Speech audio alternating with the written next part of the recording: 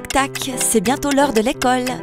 Grâce à ce jeu, les enfants apprennent qu'ils doivent toujours rester concentrés sur le trafic routier. N'oublie pas, même quand tu es en retard, tu dois t'arrêter au passage piéton et attendre.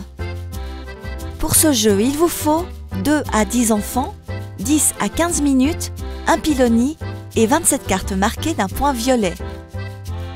Mélangez les 5 véhicules, les 5 animaux et les 4 cartes représentant l'horloge de l'école.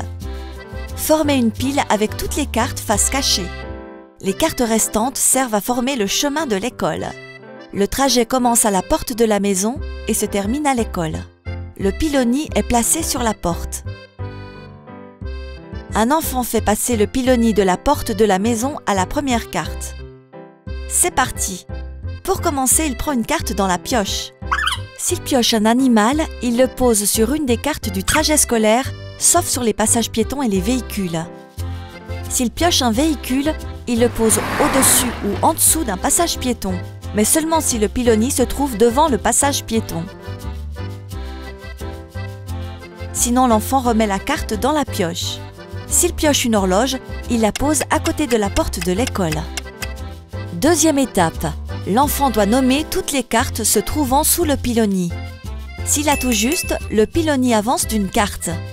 S'il fait une erreur, il ne bouge pas. Si un véhicule a été pioché alors que le piloni se trouvait devant un passage piéton, il faut attendre de piocher autre chose qu'un véhicule.